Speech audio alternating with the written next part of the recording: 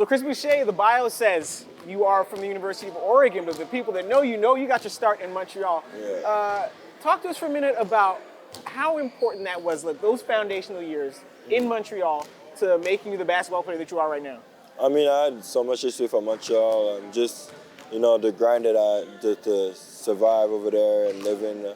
I mean, obviously we didn't have money and all that, my family and all. So it was a lot of, trying to figure it out at a young age, trying to figure out how to, be successful or find an income and all. And all those qualities that I learned from that game, I brought it back to the game of basketball. I felt like I knew that it wasn't going to be easy, and I had to work hard for everything that I have. And I feel like it's a culture that Montreal brought to a lot of us. If you see Lou Gantz, Ben, we all feel like we're playing with like an anger, a dog in us, like trying to prove ourselves, and also put Montreal on the map.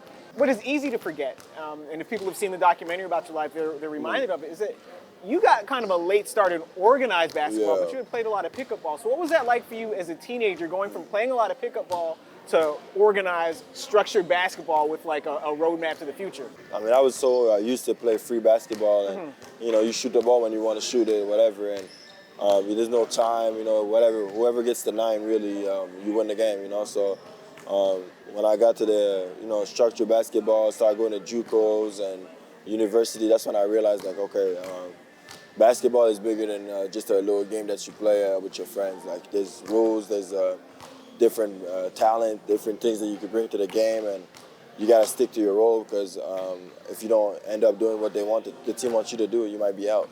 Right, so for you, when you got to Oregon, as the Canadian, as the guy that played a couple JUCOs, but you've been around enough high-level basketball to have seen that, like, a lot of these players grow up playing together on the AAU circuit from the time they're in middle school. And then here you came from another country, but also not from that AAU circuit necessarily. So what was that adjustment like for you, getting on the court against these elite players who've been playing with and against each other for a long time? I mean, it was nerve-wracking. It was definitely, like, scary at first, because I was like, what if I'm not ready? What if, like, I'm the best, but at the level that I am? So, like, I was like, okay, maybe I'm one of the best in Montreal at that time.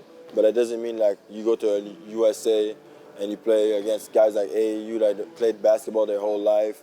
It was definitely scary, but I think what helped me is that I had another Canadian on that team, Dylan Brooks. Yep. He was there with me. I had Dylan Ennis, another Canadian. So they took me under their wing, and it was easier to move around, do things, go to workout. I was always around them, and they liked basketball, so they made it a little easier than it would be for anybody else. But you said you thought of yourself as one of the best in Montreal. Yeah. How good, how thriving, how dynamic, how vibrant is the basketball scene in Montreal? Or was it when you were growing up, and how is it right now? No, it's a lot bigger now. I mean, during the time when I started, I think we just had Joel Anthony and Samuel DeLambert.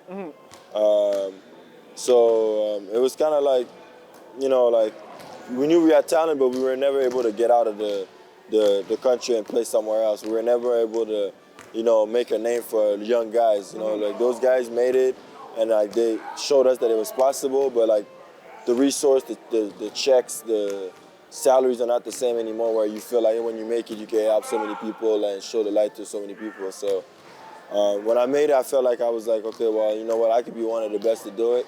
And then after that, Lou Gantz came in, and then Ben came in, and like now we got so many young guys that are coming in that I'm like, well, you know what, like. We came a long way. At the end of the day, like I know the scenery of basketball before wasn't like it was now, and when we won a championship, it definitely helped. I think it helped the whole Canada country. Winning a championship made it people really like, you know what, basketball could be something we do, but during that time it was really hard. And so as of right now, you're not in the national team program, but you have been in the past. What experiences did you gain playing with the national team at different age group levels that you bring to bear in the NBA right now? I mean, I was playing with grown men, so like made me definitely realize that it's not a little game, and kind of get a little flash of the NBA and what I had to expect. And like I said, I was playing for my country, so I was getting the best of both worlds, honestly. And and especially now, I mean, the more you realize, the more you see that it's at a point where we can have 20 players on the team. So because we got so many guys in the NBA now, so and really good guys. So we're coming a long way, and it's amazing to see. And what's it like adjusting to playing with the wide lane and the different shot clock and the different three-point line and the different time allocation, the 4 quarters instead of, the 4 10-minute quarters instead of 12 minutes? I think the only thing that bothered me was the ball. I think the ball is different compared to... How is the ball different? Explain. Because a viewer would never suspect this, I mean, right? the FIBA ball feels a little different in your hand. I don't know if it's more... I mean, the Wilson and all, they're more like... I don't know, the texture of the ball is different. The FIBA is a little... When you play with it, it feels like the Wilson, the ball that I used to play in college, they kind of feel that way. So the NBA ball is completely different. I'd say that's one thing I changed, but beside that, I mean, I think the FIBA rules are really... They're amazing to me. The fact that you could, if the ball is still in the rim, you could block it out of there and all that, I feel like there's some advantage in there. So you tell me, how far do you think Team Canada can go in the FIBA World Cup this summer?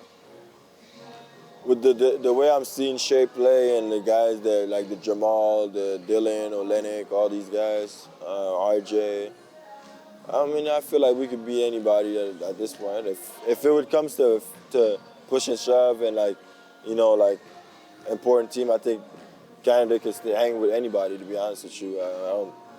We got NBA guys, and when you watch an NBA game, you can have the best player in the game, but you never know who can win. Like, NBA games are surprising sometimes, so I think you never know what can happen for that too.